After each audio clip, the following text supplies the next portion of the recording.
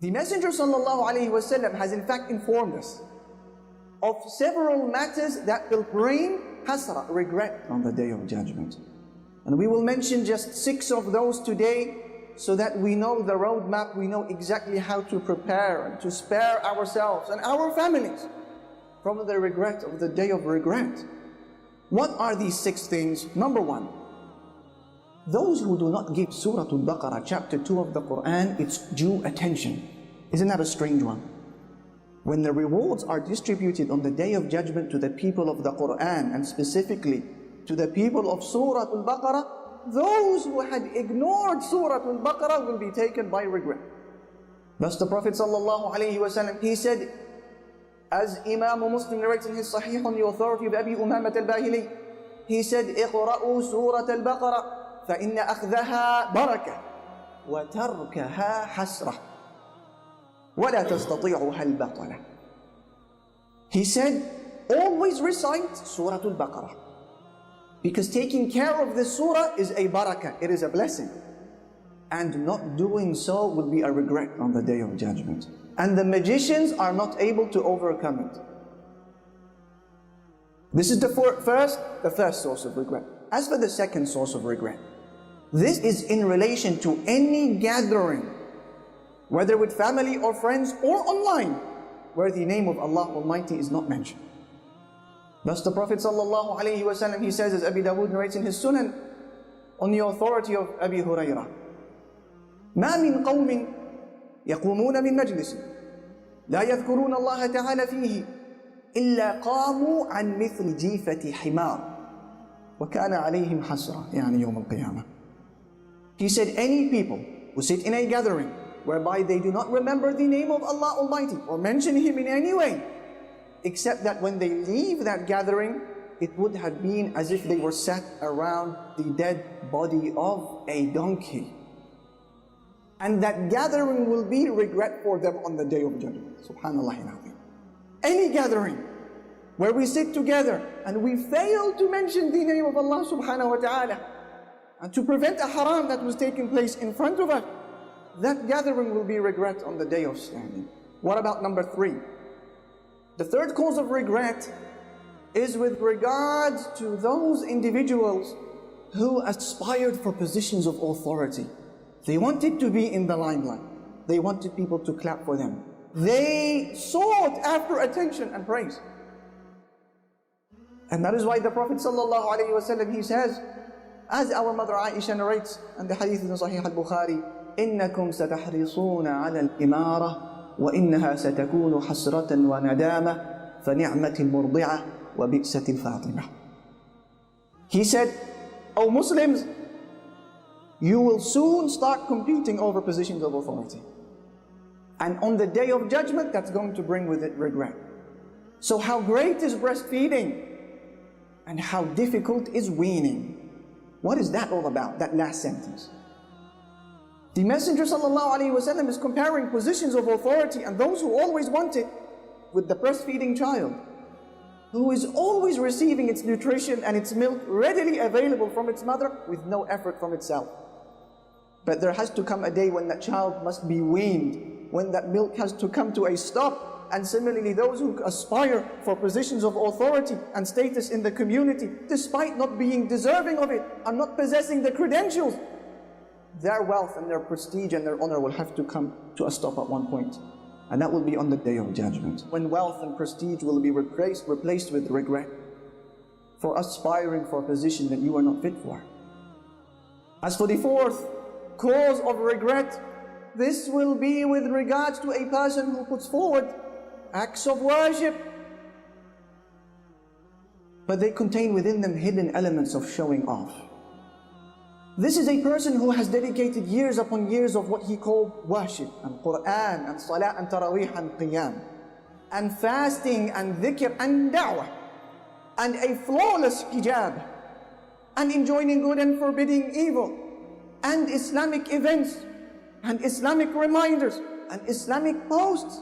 And they see these good deeds in the form of mountains on the Day of Judgment, beautiful mountains, and to his horror they begin to crumble before his very eyes. Can you imagine their regret? That is because those good deeds, although they were huge, but they had holes within them. They were rotten. They had holes of showing off.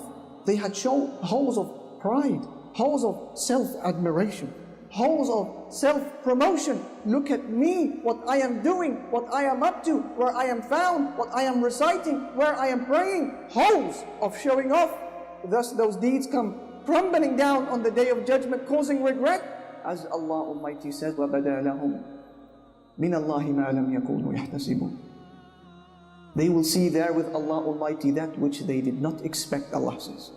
One of the scariest ayat from the Quran, as some of our predecessors, they said. As for the fifth cause of regret, and I hope, dear brothers and sisters, that we are taking note of these, mental notes of these broad heading.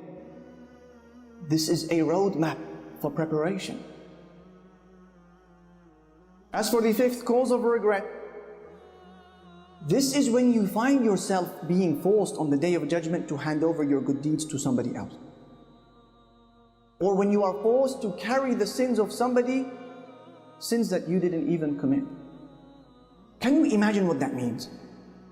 Imagine on Yawm al-Qiyamah you are forced by the angels to hand over 2,000, 3,000 salawat, 3,000 prayers to somebody else, to your neighbor.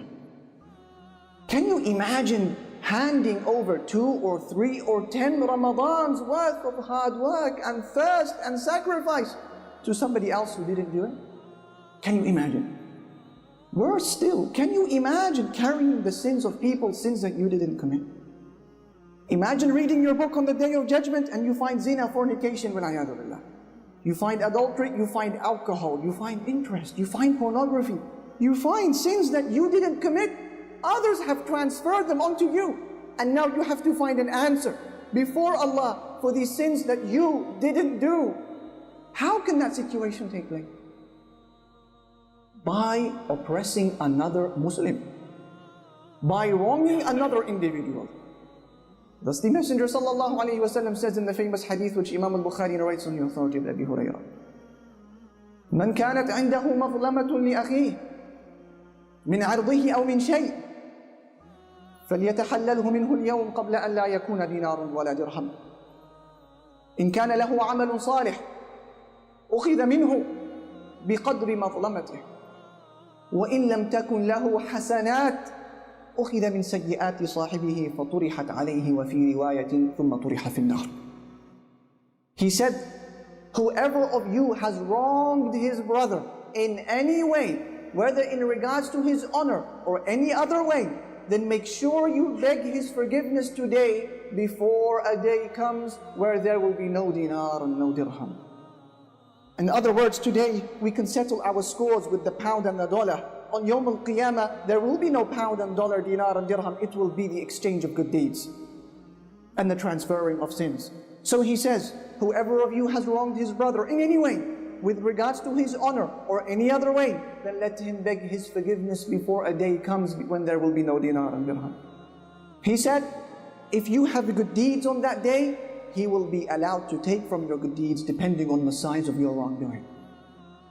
If however your good deeds, they run out before you pay your debt, then he will be allowed to transfer his sins onto you. This is one of the most frightening and disturbing realities of the Day of Judgment, wallah. The reality that states, you and I cannot give a single good deed to the people we love the most. Your mother, your father, your wife, your children, they will ask you and you will refuse because you need that good deed just as much as they do. Whilst on the other hand, some people will be forced to give over their good deeds to the people they hate and they despise, because they had backstabbed them, mocked them, conspired against them, plotted against them, failed to pay their wages on time, or any other type of wrongdoing. He said, let him beg his forgiveness today. This is the cause of regret number 5, the oppression or any wrongdoing towards another individual. We know who they are. And number six, generally speaking, and this is the overarching cause of regret that summarizes everything you just heard, any Muslim individual who falls short with regards to the minutes, hours of his days and his weeks in building the hereafter. That is going to be a cause of regret. Person who was urged week in, week out, every Friday, every reminder to drop the sins, to replace the haram with halal, to remove the intoxicant, to change sin into obedience, to reshuffle the cards, to refocus your attention on Allah and the home of the hereafter, to set a vision in life in preparation for Jannah, and they failed to do so. That will be a major cause for regret, as people will be heard saying on the Day of Judgment, Ya laytani qaddamtu li hayati. I wish that I had prepared for my life. In conclusion, dear brother, dear sister, every individual who turns a blind eye and pretends that the day of regret is not coming is going to be in a major and excruciatingly painful state of regret on the Day of Judgment. What greater regret can there be in life than failing to impress the King, Allah Almighty? What greater regret can there be in life than failing the exam before the King, Allah, and missing out on the prize that comes with passing the prize of Jannah? What greater regret can there be than that? What greater regret can there be in existence than being shown your place in Jannah and the luxuries and the weather and the palaces and the spouses, but then being transferred to oblivion, to Jahannam instead? What greater regret can there be in life than meeting your friends on the Day of Judgment, those whom you knew today, and they find no words for you and I except, didn't I tell you? Didn't I tell you?